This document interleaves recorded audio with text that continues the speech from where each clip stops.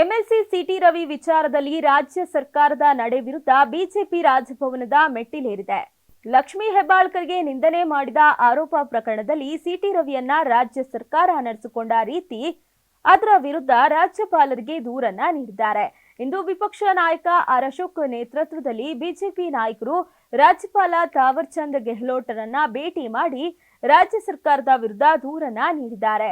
ಈ ಪ್ರಕರಣದ ತನಿಖೆಗೆ ರಾಜ್ಯ ಸರ್ಕಾರ ಸಿಐಡಿಗೆ ವಹಿಸಿದ ಬೆನ್ನಲ್ಲೇ ಇತ್ತ ಬಿಜೆಪಿ ನಾಯಕರು ರಾಜ್ಯಪಾಲರಿಗೆ ದೂರು ನೀಡಿರುವುದು ಭಾರೀ ಕುತೂಹಲಕ್ಕೆ ಕಾರಣವಾಗಿದೆ. ರವಿಕುಮಾರ್ ಕೇಶವ ಪ್ರಸಾದ್ ಅವರು ರಾಜಭವನದಲ್ಲಿ ಗವರ್ನರ್ ಭೇಟಿಯಾಗಿ ಸರ್ಕಾರದ ವಿರುದ್ಧ ದೂರನ್ನ ನೀಡಿದ್ರು. ಇನ್ನು ಬಿಜೆಪಿ ಎಂಎಲ್ಸಿ ಸಿಟಿ ರವಿ ಬಂಧನ ವಿಚಾರದಲ್ಲಿ ರಾಜ್ಯ ಸರ್ಕಾರದ ನಡೆ ಖಂಡನೀಯ. ಬಂಧನದ ವೇಳೆ ಸಂವಿಧಾನಿಕ ಹಾಗೂ ಕಾನೂನಿನ ಉಲ್ಲಂಘನೆ ಆಗಿದೆ. ಪೊಲೀಸ್ ಇಲಾಖೆ ಮೂಲಕ ಅಧಿಕಾರ ದುರ್ಬಳಕೆ ಆಗಿದೆ. ರಾಜ್ಯಪಾಲರು ಕೂಡಲೇ ಮಧ್ಯಪ್ರವೇಶ ಮಾಡಿ ಬಂಧನ ಪ್ರಕರಣದಲ್ಲಿ ಸತ್ಯಶೋಧನೆ ನಡೆಸಬೇಕು ಅಂತ ಮನವಿ ಸಲ್ಲಿಸಲಾಗಿದೆ.